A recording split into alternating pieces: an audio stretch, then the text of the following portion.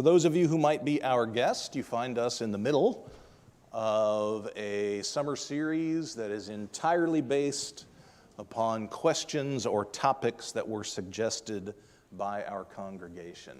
One of the reasons I really like doing a series like this is that you bounce from week to week to very different questions. It's never really the same. They're not all biblical, some are very practical. That's actually one of the ways that I pick the questions. The questions we cover this summer represent only about half of the ones you submitted, and part of my criteria for which ones I pick is trying to do a really wide or broad range of questions. So here's the question that will occupy us today. One of you asked, how can we as a church better reach young adults and families? I want to tell you about my experience back in late 2019 and early 2020. This is when I knew that my time in Culpeper was wrapping up and I was beginning to seek what God had next for me and my family. So in the Presbyterian way of doing things, you go to the Presbyterian version of eHarmony, which is a website that matches pastors and churches, and you submit your effectively resume, and then the algorithm at the website begins to match you with churches. And let me just tell you, your first few weeks of this, they are not a trickle, they are a hose, a fire hose. I was getting requests multiple times a day early on for interviews. And this is not just unique to me. I know from others that this is their case. So my experience was that 4 or 5 times a week, I would sequester myself in our bedroom, in our townhouse in Manassas, and I would Skype on my little cell phone with these churches that wanted to do initial interviews. Here's one of the things I noticed. Somewhere between 80 and 90% of the church descriptions that were posted at this website all had some version of this question. They were all asking, how do we reach young adults and young families? This is not surprising if you know the most recent statistical report about our denomination, which really reflects all mainline denominations. 56% of PCUSA attenders are 56 years or older. 31% of those who attend PCUSA churches are 70 or older. Only 12% of those who attend PCUSA churches are 25 and younger. Congregations hear the clock ticking. Maybe you do too. And you want to pass on the ministry and legacy of this congregation to someone, but you realize now that the next generation is not here. Let's define young adults and young families. The easiest way to do this is by generation. So when this morning we talk about young adults and young families, we're talking about Generation Z and millennials. Millennials are 25 to 40, Gen Z are 25 and below. Now, we are not the only church, we are not the only denomination that are asking this question. In the last set of years, no less than 6 major research projects have been conducted in America about this question. The United Church of Christ did one. The United Methodist Church did one. The Hartford Institute for Religious Research did one. The Barna Research Group did one. The Fuller Youth Institute did one, and on it goes. What I hope to do for you today is introduce you to what this research is finding, with the promise that over the next few Chronicle articles, our newsletter article, I'll flesh it out even more, because there's only so much I can do in one short sermon. So let's begin. What did these major studies find about how churches in 21st century America can engage and reach young adults and young families? The first thing you need to ask is, do you have a plan? The great UCLA basketball coach John Wooden said, "Failing to plan is planning to fail."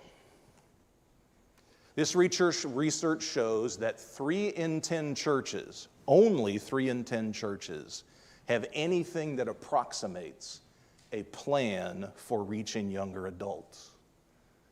Which means that the plan for the majority of congregations in America is simply to hope and to pray, or to throw their hands up in the air and take no responsibility for it. Whereas, if a congregation is identified as reaching young adults and young families, over 9 out of 10 of them have a specific written plan for how they're going to reach those young adults. And the good news is, this research shows no congregations really do it alike. This is not a one-size-fits-all kind of thing. No, you need to figure out who you are and how you can do it for the young adults and young families in your locale. And someone else will do the same in theirs. Now here's where we're going to spend the most time. This slide and the next. First, we got to get beneath the surface and talk about attitudes and what the research reveals about their importance. First, as a congregation, if you want to reach young adults and young families, you need to ask yourself who you're trying to serve. Here's how the research done by the Lewis Center for Church Research puts that, quote, "The question for any congregation is, do we really care deeply about reaching young adults? So much so that we will do whatever it takes to make that happen. This is a question of heart, not of programs, budgets, or tactics. While many church members bemoan that young adults lack interest in church, they themselves show little interest in reaching young adults." End quote. For whom does church exist? Does it exist for the people who are already here? Or does it exist for the people who are not? This is a false dichotomy because the answer biblically is both. The problem for most American churches is that they have weighted their answer for years more on the former and not the latter. This is what it looks like to become a consumer church. I am here for how you meet my needs. Well, please explain that rationale to me biblically. Let me give you the words of St. Paul, Philippians chapter 2, verses 3 to 4, in which he is merely echoing the words of Jesus. "Do nothing from selfish ambition or conceit, but in humility regard others to be better than yourselves. Let each of us look not to your own interests, but to the interests of others." At a fundamental level, any church that wants to engage young adults and young families has to say to themselves, this is bigger than me. And I want it to be about you. Who are you here to serve? Very quickly in my experience of interviewing with so many churches over the course of 6 months, I realized that some of them didn't really mean, we want to reach young adults and young families. What they meant is, we want to reach young adults and young families if. We want to reach young adults and young families, but. Like, we want to reach young adults and young families if they want to participate in the programs and outreaches that we already have. We want to reach young families and adults, but they can't believe things that are different than we do. Who are you here to serve? Churches, unfortunately, have had an answer to that was incomplete for far too long. Here's another attitude issue that these studies identified. Are you willing to do the hard work of getting past generational tension? Do you know that on every major political and moral issue facing America today, there is a wide generational gap? Young adults, as defined by 40 and younger, do not look at those issues the way that you who might be above 60 do. This is not new to the world, you'd be right in saying. These are the words of Aristotle, the great Greek philosopher in the 4th century BC about young Greeks. They think they know everything and are always quite sure about it. So on the one hand, yes, it's true, there's always been generational tension. On the other hand, it is worse right now in America than it has ever been. So you have to decide whether or not you're going to get past generational tension and stereotyping. Let me help. How do you answer the question, is the world getting better or worse? I can predict your answer. Would you like to know how young adults below the age of 40 answer that question? They think the world's getting better. And they think their generation is the one who's doing it.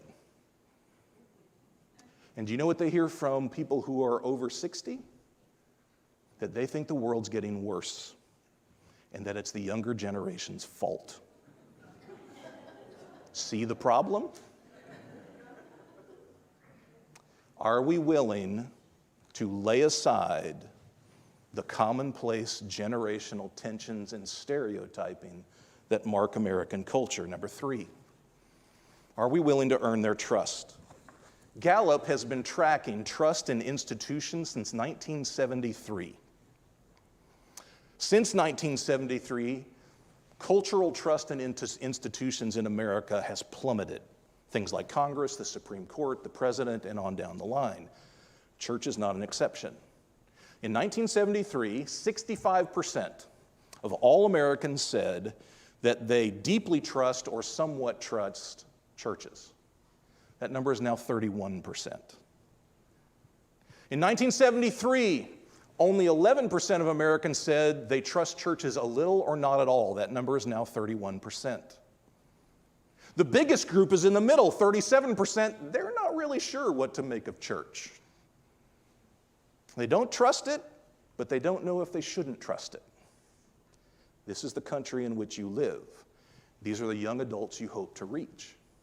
Brian McLaren, in his book, Church on the Other Side, says, we need to realize that young adults are asking questions like this all the time. Quote, what kinds of individuals, communities, and cultures have been produced by this faith? Can I get along with the people who espouse this faith? Would their music, art, social activities, rules, taboos, practices, and politics be abhorrent, confusing, or enjoyable to me? Would I be ashamed to be associated with others who believe in this faith? End quote. The stark reality is this. When a young adult or a young family walks in these doors, you are not starting at neutral. You're starting at negative numbers. They do not trust church anymore. Are you and I willing to earn it back? Last, based on everything I've said so far on this slide, you can see why this research shows that authenticity, integrity, and transparency have to be paramount in churches that hope to reach young adults and young families. Here's how one of those research projects puts it, quote, character will determine effectiveness in reaching young adults far more than competence does. An authentic experience with a church with an average worship service beats a hollow experience in a church with A-plus programming and performances. The effective churches by no means have the best lights, stage, or production. What they all had in common was passion. And when it comes to reaching the next generation, passion beats polish. It is far more about who you are than what you do.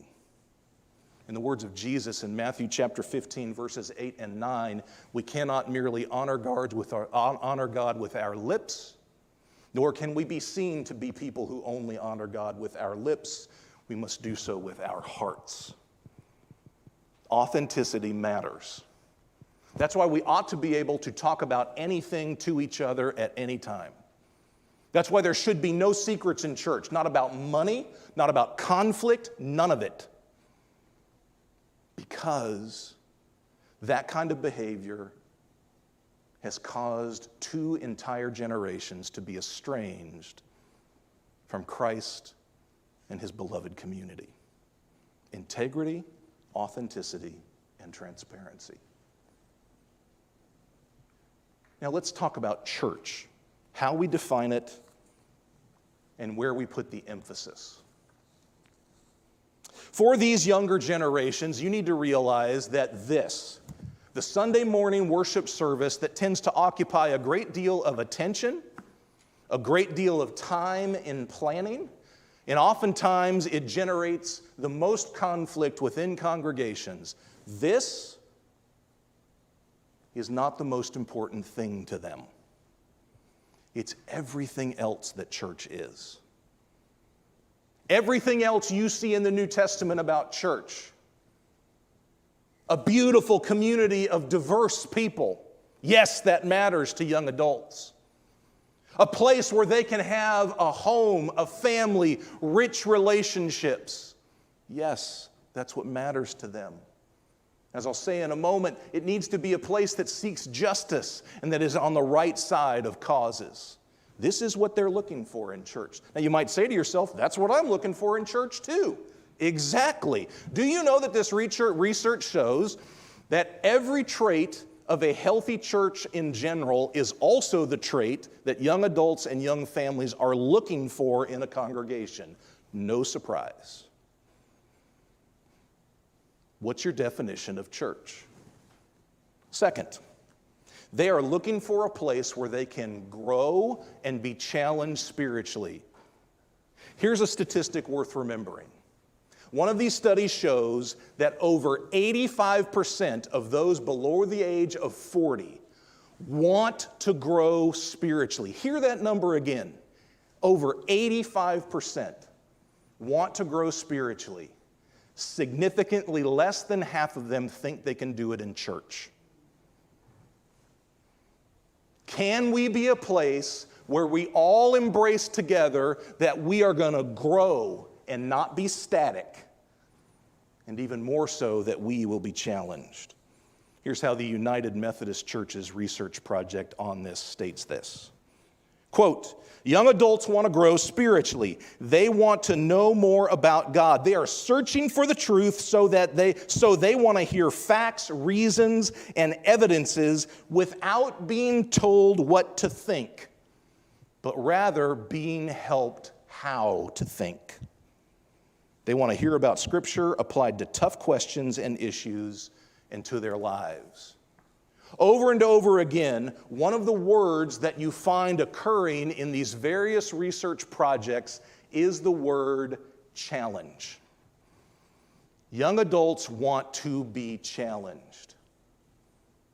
The idea that church should be a place where you are not challenged is really what we did with church back in the 70s and 80s. But no more. This is not what young adults and young families want. Here's how the Fuller Youth Institute puts that in its findings. Contrary to popular thinking that young adults want it easy, many of us told us that they love their churches because their churches inspire them to act. This isn't done with an attitude of superiority or power, but out of an invitation to pursue the way of Jesus together. In short, young adults aren't running from a gospel that requires hard things of them. They are running toward it. End quote.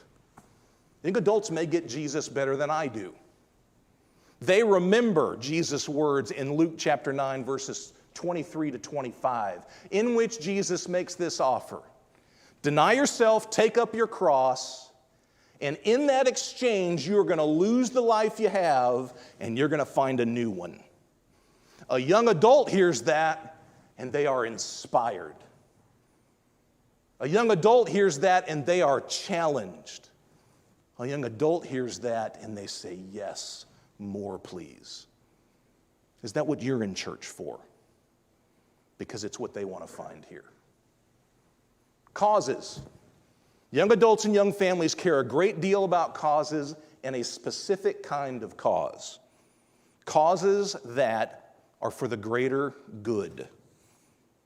Here's how the United Methodist Church's research project summarizes this. Quote, to reach young adults, focus on themes and causes such as love, belonging, social justice, identity, global conflict, and other topics.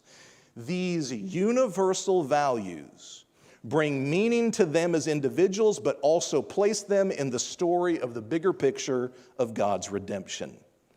They want to support organizations that make a positive impact in their world. They want to stand for something bigger than themselves, end quote.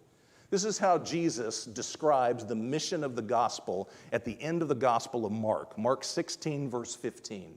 He says to his disciples, take the gospel to the whole of creation, not just to those who have already heard it, not to those with whom you agree, but take the good news of Jesus to the whole of creation. That's the good news that young adults want to be a part of. They don't want to hear everything that's wrong with the community outside here. They want to hear how we will band together and make it better. They want to find those places where we as Christians overlap with the pursuit of goodness and beauty and justice with other groups out there, and they want to pull in the same direction. This is what young adults are looking for, something worth their life, something bigger than them. This is what church has to be in order to reach them. And one that I'll write about in a subsequent Chronicle article, but I'll mention here, is that churches that reach young adults have to be intentionally intergenerational. The key word there is intentional. That's beyond waving to a child in the hallway. That's beyond paying for a youth director or a children's ministry director. That's intentionally intermixing the ages, developing relationships with those who are not like you or are not of your generation. And we'll talk more about that in a subsequent newsletter article. Let me end here quickly. So if you're hearing me right today, I want you to consider from this research where you start. First, do you know that 70% of the young adults and young families that this congregation will reach are already within your circle of relationships? They're the people in your family. They're the people who are your friends. They are the people who are the friends of your sons and your daughters. This is how it works. You probably already know 7 of 10 of the young adults and young families that we could best reach. This is what the data shows. The data also shows that we should not create the plan on how to reach young adults and young families. Because as my children, who are wise at the age of 8 to almost 18 and 20, tell me, Dad, you're old. How about we ask young adults and young families what they need, how to make church meaningful for them, how to help them engage in community and causes, how to help them be challenged by Jesus. Here are 2 things I want you to know. One has to do with me, one has to do with you. After this message, if you are a young adult, if you're below the age of 40, or if you still have kids or teens at home, you're going to get an email from me. And what I want to set up with you is an interview where I do the listening and you do the talking. Because I'm going to ask you how we as a church can better reach you and people like you. Now here's the challenge to you. Talk to a young adult this week. Talk to them about what we talked about here on Sunday morning. Talk to them about what kind of church they would appreciate and enjoy and find enriching. Talk to them about the turn-offs of church. And listen. Just start. That's what the research shows. Don't wait to have a whole plan. Have part of a plan and then do it. And the rest of the plan will reveal itself along the way. And calibrate your expectations realistically. Churches all over the mainline groups in America right now have not really paid attention to this until recently. So we cannot expect that going from nothing to something is going to be like turning on a light switch. It takes time. In fact, the research would show that this is a 5 to 10-year project in any congregation. Better get started now. We're going to end today with prayer, and here's why. Two of these major studies identified that one of the distinct, detailed traits of congregations that reach young adults and young families very simply is they pray for it. They devote time together for this, and that's what we're going to do. So what I would ask you to do in the quiet first is I want you to pray about what you've heard me say. And I want you to pray that this congregation can reach young adults and young families and find our way of doing it. You offer to God your prayer, and then after a moment or two, I'm going to pray through a prayer specifically written for reaching young adults and young families. Go ahead and pray.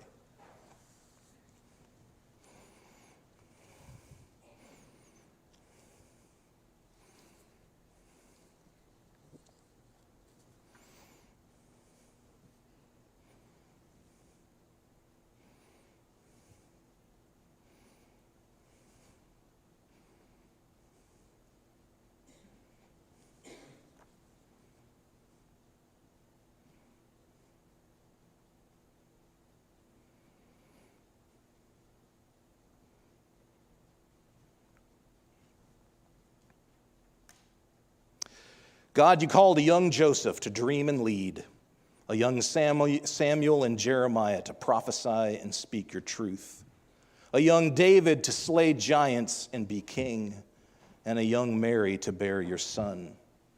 In their inexperience and doubt, uncertain and unsure of the future before them, they heard and followed your call courageously.